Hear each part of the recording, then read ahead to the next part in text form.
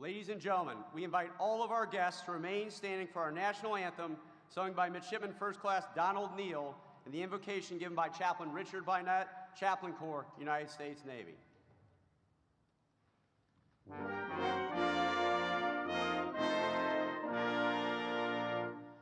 Oh, say can you see by the dawn's early light what so proudly we hailed at the twilight's last gleaming, whose broad stripes and bright stars through the perilous fight o'er the ramparts we watched were so gallantly streaming, and the rocket's red glare, the winds bursting in air, gave proof through the night that our flag was still there. Oh, say does that star-spangled banner yet wave o'er the land of the free and the home of the brave?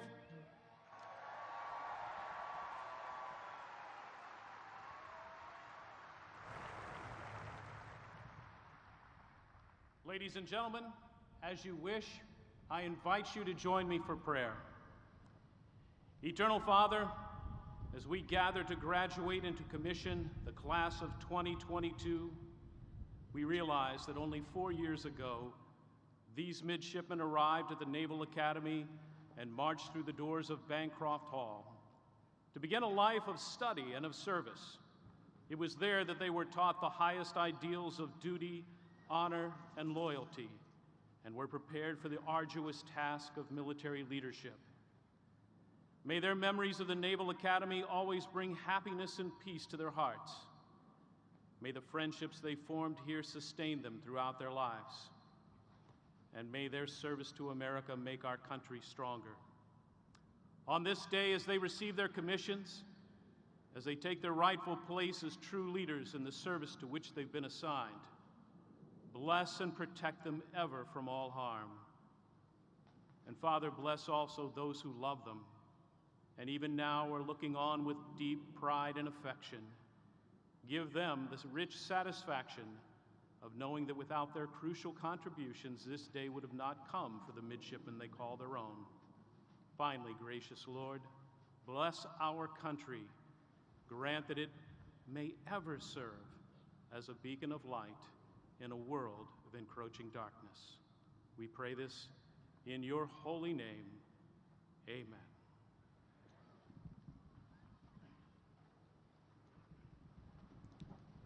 Please be seated.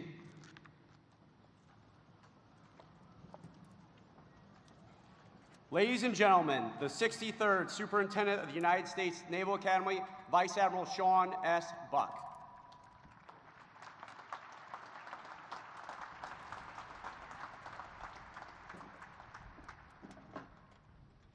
Welcome, President Biden, Secretary Del Toro, General Berger, Admiral Gilday, family, friends, but most importantly, the class of 2022. Let me be the first to congratulate you. Today is your day.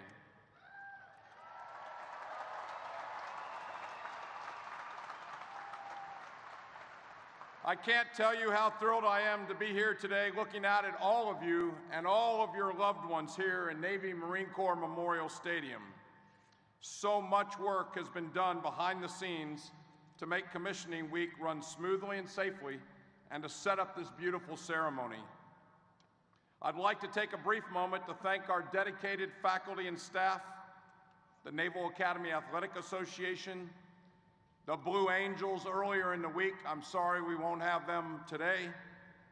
The class of 1972, which is this year's Link in the Chain class, our Chaplain Corps, and our very own Naval Academy Band for putting on a fabulous ceremony this year for our graduating class. How about a big round of applause, everyone?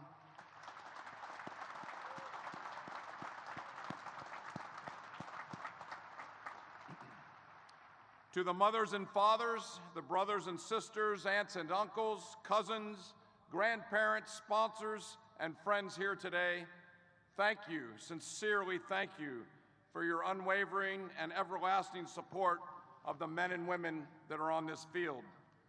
The class of '22 weathered a global pandemic during the heart of their Naval Academy journey. And while I am proud of the resilience that they demonstrated during the darkest hours of that journey, I am most proud of the leadership that they demonstrated navigating the Brigade of Midshipmen out of that challenging period. Over the past year, the class of 2022 reinstilled a sense of unity, camaraderie, and esprit de corps amongst their fellow midshipmen that had been fragmented during the toughest periods of the pandemic.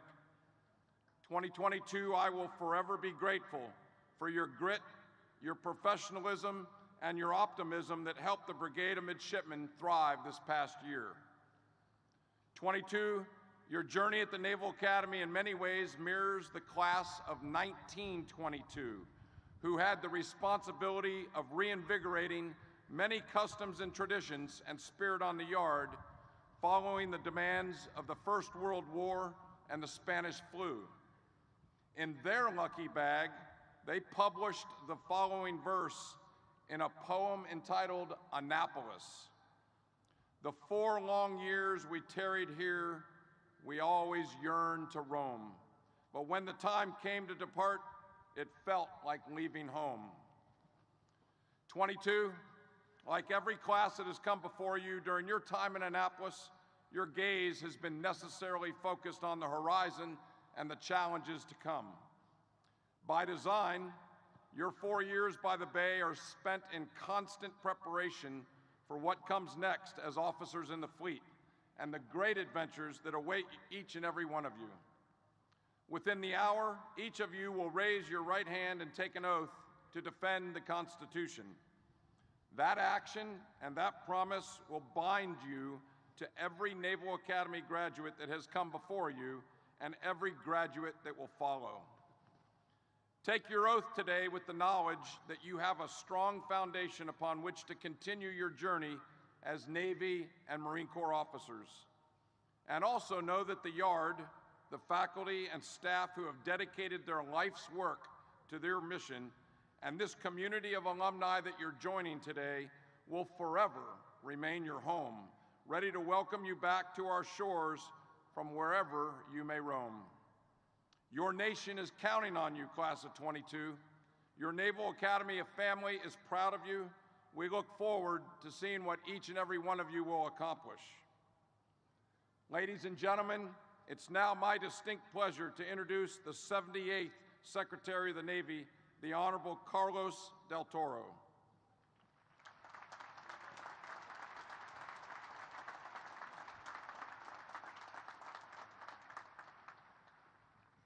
Good morning, class of '22. President Biden, thank you for joining us here today and for your principled leadership of our armed services. My wife Betty and I deeply appreciate all that you and Dr. Biden do for our military families. We also thank you for the compassion that you have shown to families around the world who are fleeing danger and seeking a better life. This is very personal to me. You see, 39 years ago, there were 2 refugees amongst the families watching the ceremony. Their names were Martha and Raul Del Toro. They were my parents. They brought me to this country from Cuba when I was 1 year old, escaping the dictatorship of Fidel Castro. The United States welcomed us with open arms. I grew up in a nation that was built on values, protected by a military that was built on honor. Joining that military and graduating from this institution was my chance to give back to this great nation. While I know my parents were proud of my own individual achievements that day, I also know that they were deeply proud of their own then 17-year journey in America, as difficult as it was. And I hope today that every family here today takes a deep measure of pride in the journey that has brought you to this moment. Because today is more than just an individual achievement by these proud young men and women before us. It is truly, truly a family accomplishment. It is the culmination of years of hard work and sacrifice on the part of parents, grandparents, siblings, loved ones, molding these young men and women into patriots ready to serve their country. You have instilled in them the core values they will need to succeed as officers, as lifelong leaders. And among those values are discipline, skill, passion, commitment. Commissioning from the United States Naval Academy is indeed one of the toughest things that any young person can do with their lives. So to every rising ensign and second lieutenant here today, thank you for your decision to serve our nation and for the excellence that you have shown here at Annapolis. Today, you will receive 2 documents and should be equally proud of both of them. Your degree represents a tremendous individual achievement, graduation from one of the most elite academic institutions in the world. But the end of the document is different. Your commission is a statement of trust directly from the President of the United States, administered today by the Commandant of the Marine Corps and the Chief of Naval Operations. Be worthy of that trust at all times. From the moment that you arrive at your very first command, you will be entrusted with the responsibility to lead our sailors and our Marines. You will be called upon to make hard decisions, to demonstrate leadership, and above all, to think strategically. As you rise through the ranks, you will help chart our nation's future through many challenges, from strategic competition with China and Russia to climate change. You cannot know where your career may take you, any more than Admiral Buck and I did in 1983. My earliest assignments put many tools in my leadership kit, ones that I rely upon even today as Secretary of the Navy. I learned the importance of listening to those we lead, particularly non-commissioned officers. You must do the same. Be humble, be inquisitive, always ready to learn, and always willing to listen. Give your people the opportunity and the motivation to share their ideas and their concerns. You have many great leaders to follow and many great examples to emulate. But don't just follow in their footsteps either. Create your own journeys, be bold, and fulfill your destiny as the best and the brightest that the Navy and Marine Corps have to offer. At our commencement in 1983, almost 39 years to this day, then Secretary of the Navy John Lehman told us, work within the Navy system, but don't give away your essential self, your individuality, your daring. Well, I remember shaking the Secretary's hand that day. I couldn't have known what was going through his mind. Now I do. He felt immense pride, as I do today, handing off a sacred legacy to the next generation of Navy and Marine Corps leaders. Officers who stood where you stand today have become admirals, generals, battle-tested veterans. The legacy you join includes the United States President, diplomats, business leaders, and extraordinary members of our civilian community. Every one of them stepped forward and took the same oath you take today. Every one of them was in some manner tested against that oath, as you will surely be. Always live up to your commitment. Remember what brought you here and who brought you here, because that will determine everything about where you go from here. So congratulations to the class of 2022, and to all of your families and friends, thank you, thank you. I am honored to welcome you all to the force and the fleet. Thank you.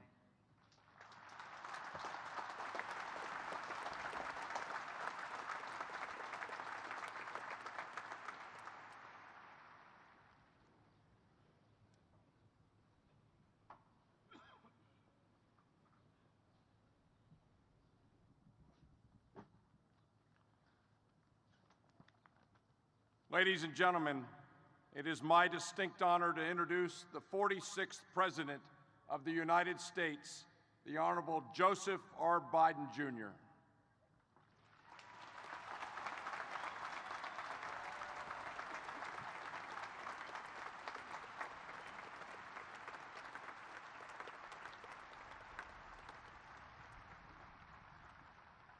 Hello, Naval Academy. Whoa. Before I begin my speech, a thought crossed my mind. As I was told, the class of '72 is here. I was appointed to the Academy in 1965 by a senator who I was running against in 1972. Never planned it that way. I wasn't old enough to be sworn in. I was only 29 years old when I was running. He was a fine man. His name was J. Caleb Boggs. I didn't come to the Academy because I wanted to be a football star, and you had a guy named Staubach and Bellino here. So I went to Delaware. But all kidding aside, the best line of the debate was, after it was all over, the announcer, the questioner, who was a good guy but supported my opponent, who was a good man as well, I might add. And he said, "Senator Boggs, you have anything else you want to say?" And he said, "Yes, just one thing." And he took the microphone. He said, "You know, Joe, if you accepted my commission to the my appointment to the Academy," he said, "you'd still have 1 year and 3 months active duty, and I'd have no problems right now." So the class of '72, welcome. You guys must be very proud of all you've seen and done. Well, midshipmen, you made it. You made it.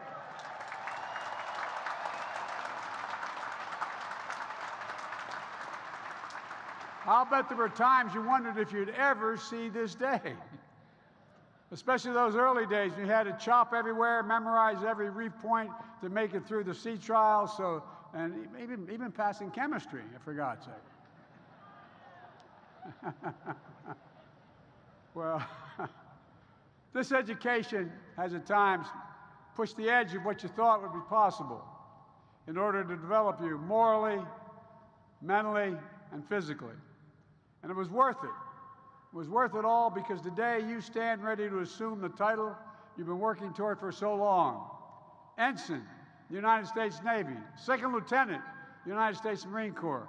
Members of the greatest fighting force in the history of the world, and that's no exaggeration.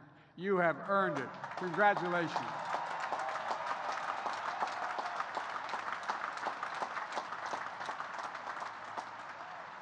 I mean it, you really are.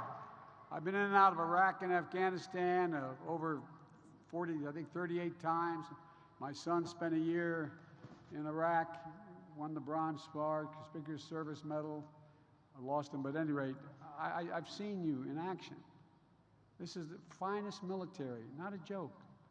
We have the finest military in the history of the world. And thank you, Admiral Buck, for the work you and your team have done to put these young men and women in shape when they arrived here 4 days ago on I-Day into officers of the Armed Services in the United States of America. And Secretary Del Toro, Admiral Gilday, General Berger, you know better than anyone how important these missions are we're going to ask these young officers to carry out. And looking out at this field, it's clear to me we're going to be sending our finest. Congressman Ruppersberger, it's great to see you here. I'm told you're here. I also want to recognize Congressman DeJarle and Congressman Crowley, both here today as proud parents commissioning midshipmen. And by the way, and I know that all midshipmen here are holding in their hearts the memory of two classmates who tragically did not live to see this day. I hope I'm pronouncing Duke's last name correctly, Carrillo, and Michael Mills James. Folks, midshipmen, this is your day.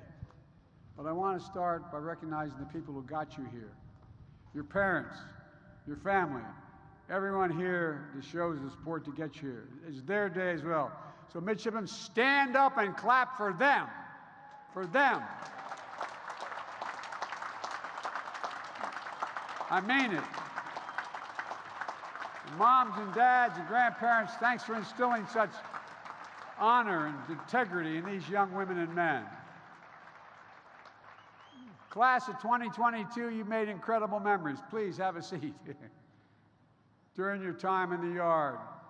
After all this class holds one of the fastest Herndon climbs in history. Upholding a tradition set by the link in the class chain 50 years ago. This is a class that earned a record number of wins against Army and the N-Star competition.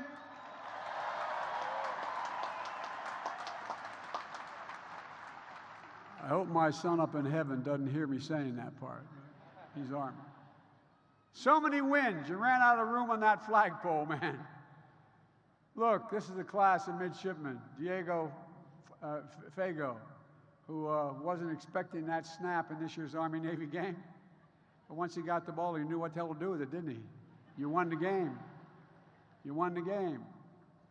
Class of midshipmen Sarah Skinner, the 54th Rhodes Scholar, the United States Naval Academy.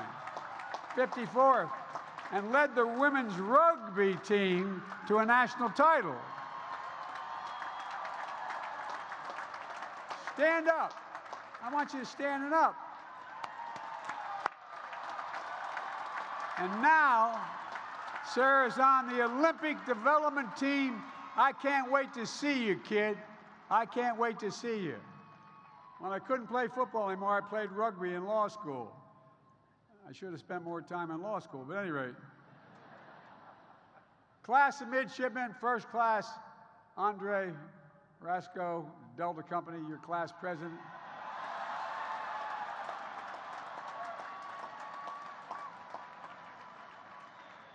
I don't know, but somebody told me you may have questions for me. I think only the class understands that one. You've all got so much to be proud of. You really do.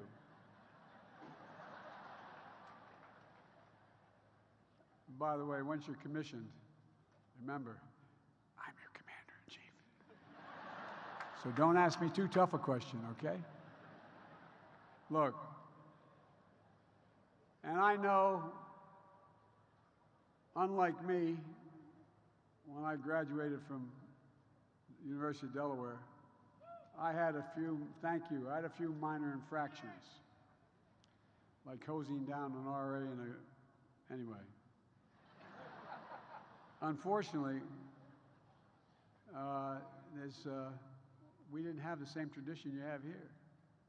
So before I take care of you, let's not forget, this is also the class that also got rowdy during the Air Force Week and plebe year, and they're still trying to clean the chocolate syrup off the ceiling in King Hall. You lived through Red Beach Massacre. And that helped the printers earn their jump wings. Anyone who wants to fess up to getting the printer onto the Chapel Dome, now's your moment. No one's going to admit it, huh? Okay.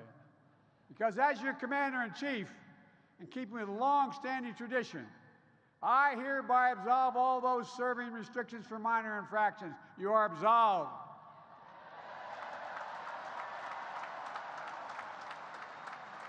And as I said, I wish all my graduation speakers had been able to do that. You all think I'm kidding, I'm not.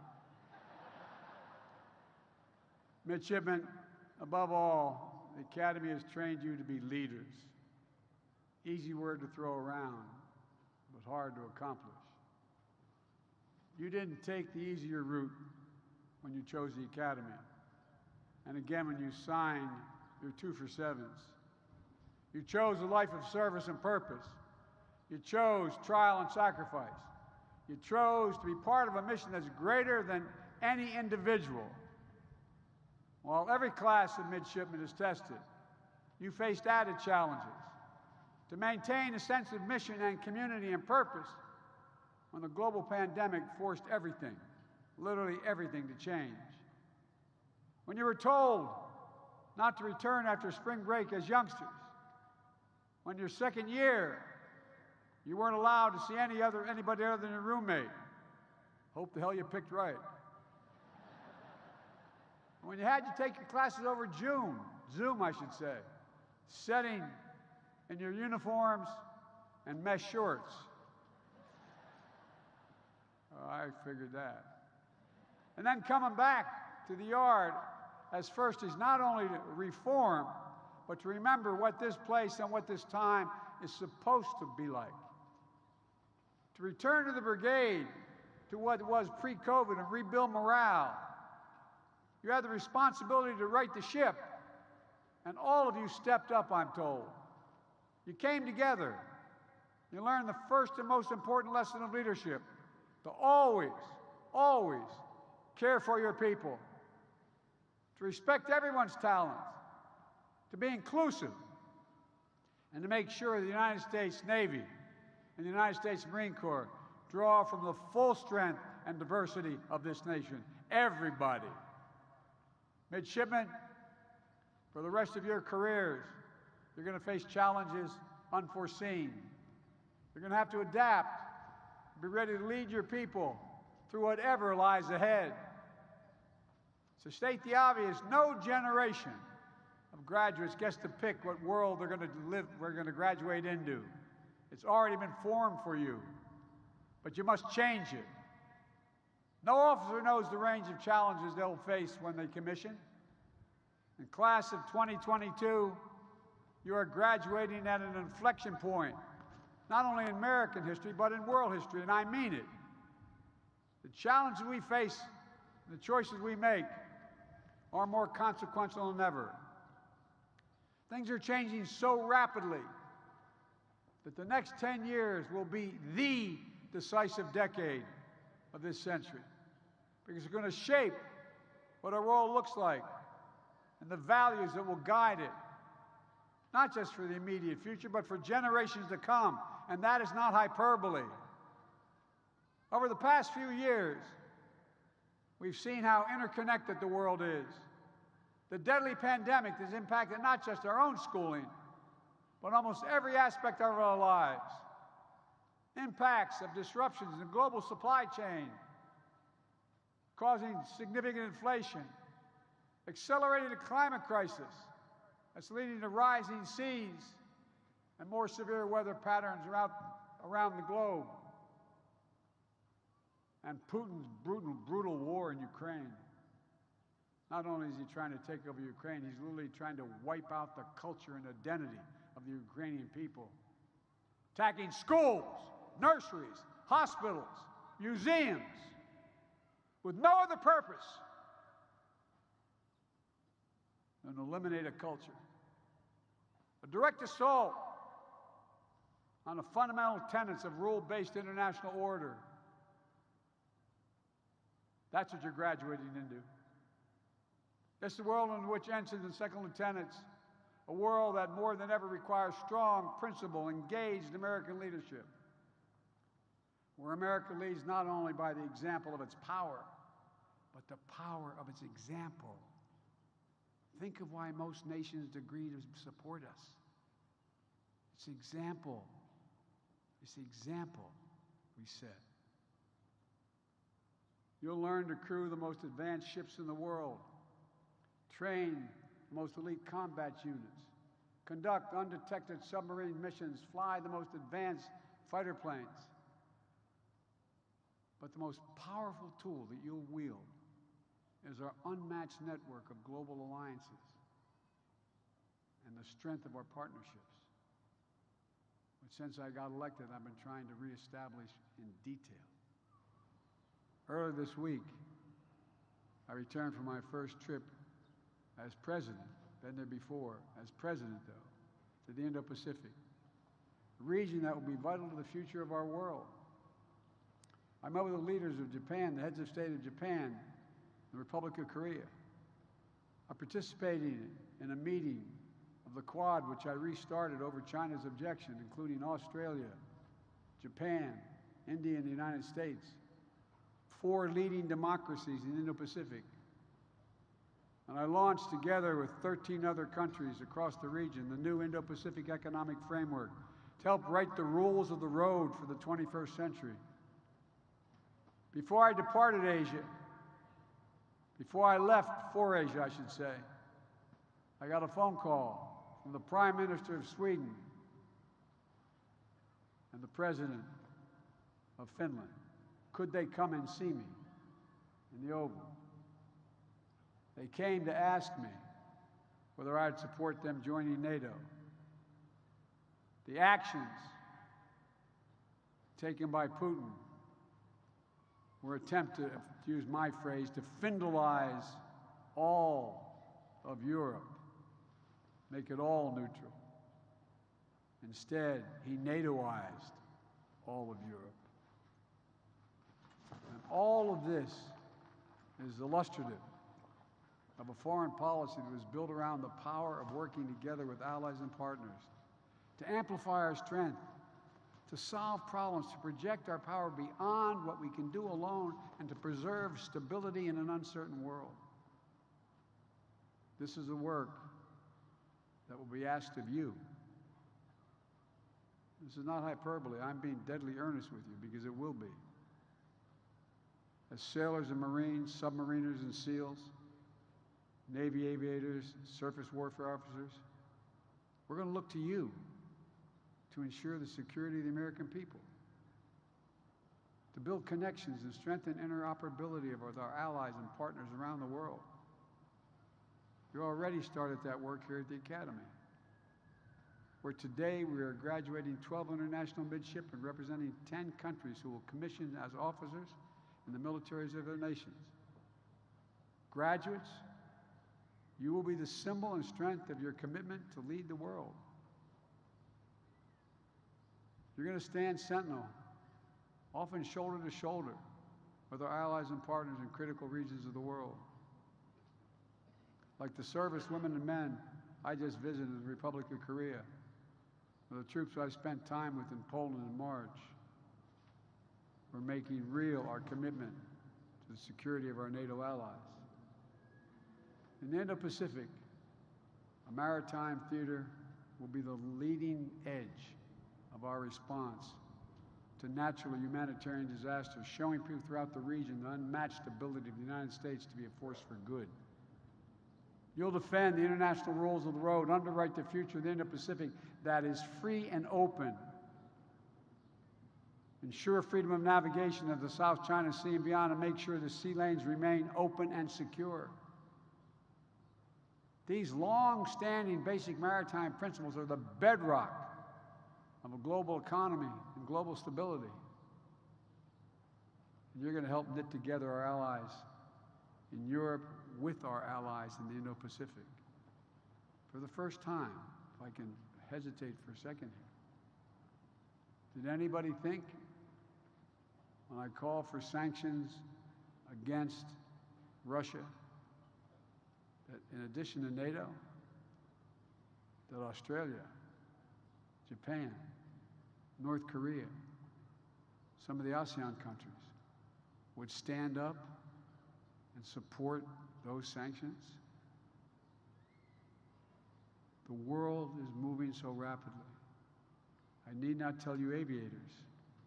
Within the next decade, you're going to be able to circumvent the world within the atmosphere in a little more than an hour. Things are changing.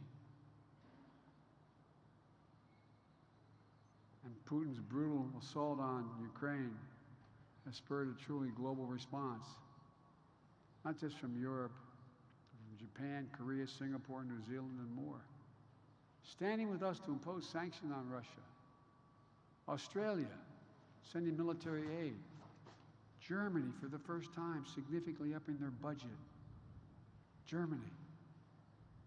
Fiji, assisting the FBI in seizing the yacht of an oligarch. We're seeing the world align not in terms of geography, east and west, Pacific and Atlantic, but in terms of values. We're living through a global struggle between autocracies and democracies. And I will note in my comment, I've met more with Xi Jinping than any other world leader has. When he called me to congratulate me on election night, he said to me, which he said many times before,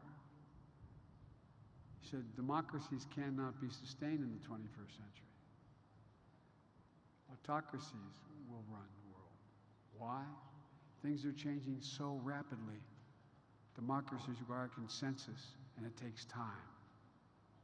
and you don't have the time. He's wrong.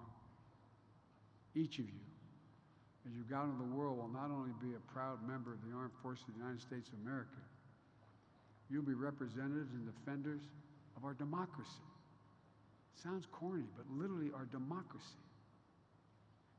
That's why you swear an oath not to me as your commander-in-chief or to any political leader, but to the Constitution. Our nation is placing in you great trust and great faith. Young man with me today, carrying the football. All the responsibility given to so many of you, so consequential, because you've chosen the honorable path that few before you have done. And you're going to look to uphold the honor of this institution and a generation of proud patriots who passed this way before you. Patriots like a dear friend of mine, John McCain. John and I went after each other hammer and tong on the Senate floor. We disagreed politically on things. But being here, I can't help think of John and how the Naval Academy meant so much to him. He chose these grounds for his final resting place. John was an American hero who withstood torture, years of being held as a prisoner of war. And when he came home, he decided he wanted to continue to serve. We traveled tens of thousands of miles together as he is staffing me as a senator. I'm one of the reasons, and I used to always get kidded by my Democratic friends, I talked him into running. He was a man of great principle and capacity. He always lived by a code, the same code that you all have been taught. It's not just words, it's real. Duty, honor, loyalty. He kept that code throughout his years as a prisoner of war. All the time he served in the United States Congress. As I said, we often disagreed, but we were close friends. John and I, we knew one another. In March of 2018, I was honored that John asked me, because he wasn't physically able, to come to the Naval Academy and receive on his behalf the Alumni Association's Distinguished Graduate Award and speak for him. Shortly after that, when John was on his deathbed at his home in Arizona, I went to see him. I was leaving after the visit, and in a voice barely above a whisper, he called me over his bedside. He said, "Joe, will you do my eulogy?" I said, "Yes, John." Literally at the same time, two guys who think they're hard-ass guys looked at one another and said, "I love you."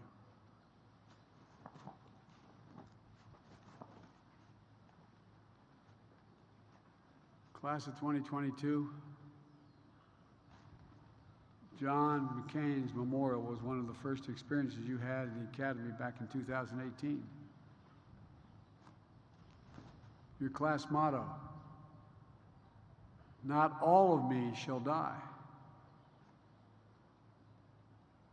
I can't help but think must be a reflection, some reflection of that moment in your lives. Reminder of the responsibilities you've taken on and the legacy you will leave behind. It's a promise you made to each other and to this institution. Because what lives on will be the service you will give to others and the timeless principles that you're willing to sacrifice everything to defend. In this moment, we must steer our nation and our world through this decisive decade. I hope you'll keep the memory of the example of Academy graduates like my friend John McCain close in your hearts as you embark on your commissions. I cannot promise you the way will be straight or the sailing will be easy. But I can promise you that you all have the tools needed to navigate any waters you encounter. This great academy has prepared you to face every challenge and overcome any obstacle. You are ready. For my wish to you is fair winds and following seas, because I know you will remain always faithful. May God protect you all, and may He set you on your journey. May God protect all those who wear the uniform of the United States of America. Thank you. Thank you for your service.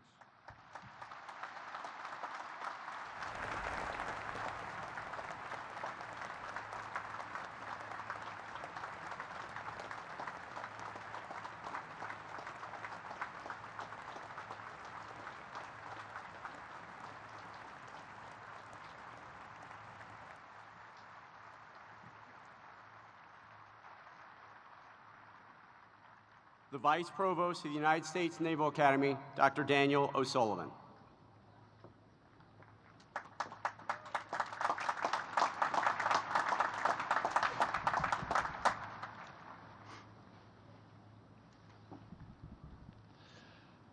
Successfully completing the requirements and demands of a Naval Academy education is no small task.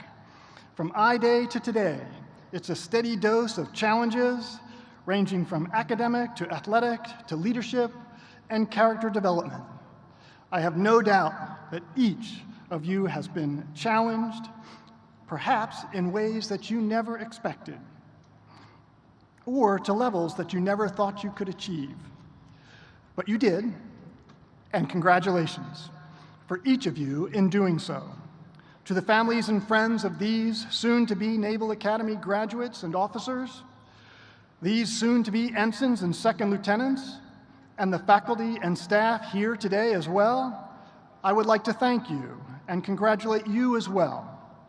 The rare graduate is the one who never needed the support of family and friends and faculty mentors. These graduates, like the tens of thousands before them, have depended on you, your support and encouragement, and you were there for them when they needed it the most. I know you are proud of their success, and we are most grateful for you, for your role in that success. Candidates, please rise. Admiral Buck, on behalf of the faculty of the United States Naval Academy, I present these candidates for the baccalaureate degree and recommend that this degree be conferred upon them.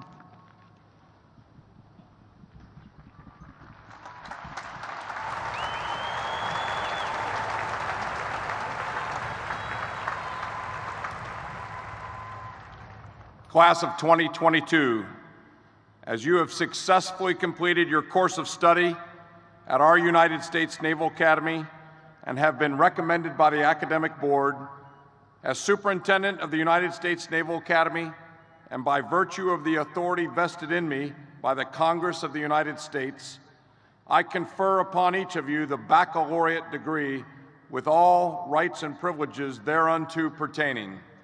Congratulations.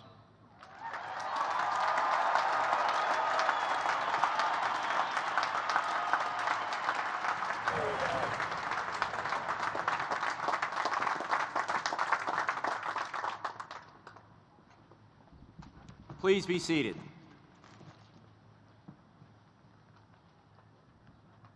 The Commandant of the Marine Corps, General David Berger, United States Marine Corps, will administer the oath of office to those being commissioned in the United States Marine Corps.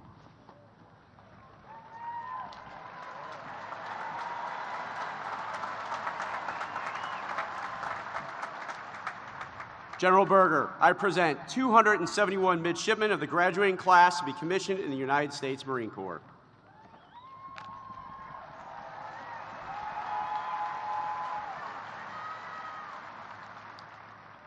Admiral Buck and Colonel McDonough, thank you for allowing the CNO and me to be part of this ceremony. And to President Biden and Secretary Del Toro, I'm really glad that you're here.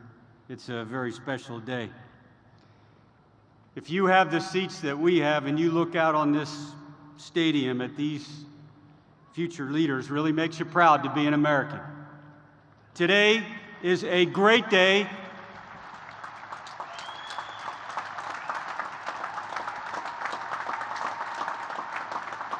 Today is a great day to be a Marine. In a moment, those of you who are wearing the Eagle, Globe, and Anchor will take an oath. And when you do, you will inherit a legacy of honor, courage, and commitment. And from this day forward, that legacy is yours to protect. Like those who preceded you, you will face obstacles that most would consider insurmountable, but you will overcome them. Like your predecessors, you'll be expected to accomplish the mission under the most unforgiving circumstances of combat, sometimes without explicit direction, guided only by intent, a bias for action, and your own judgment. And you will accomplish that mission. Like Marines always have, you'll be expected to operate at the point of greatest friction, when the stakes are highest for this nation, and when the odds are most difficult. And, like earlier generations, you will find a way to win. Every time, without exception. You must win. Most importantly, you will lead. You will set an example of personal and professional excellence. You will lead with courage, with humility, with honesty, and with character. And the way that you lead, from the barracks to the battlefield, will build upon the shared legacy and define the future of our Marine Corps. Welcome to the team. Graduates, to be commissioned into the United States Marine Corps, rise.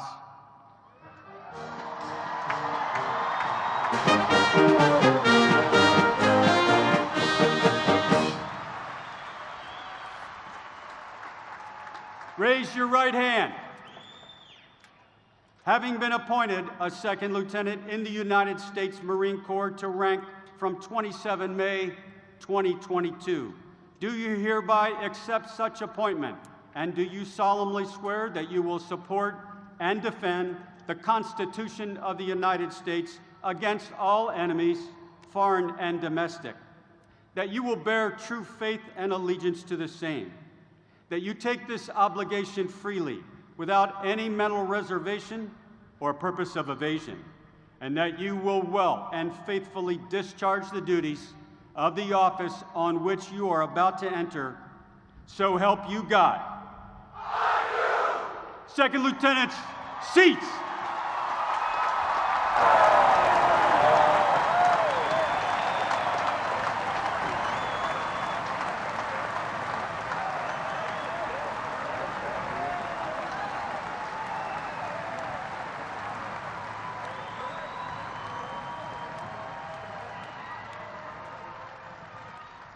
The Chief of Naval Operations, Admiral Michael Gilday, United States Navy, will now administer the oath of office to those being commissioned in the United States Navy.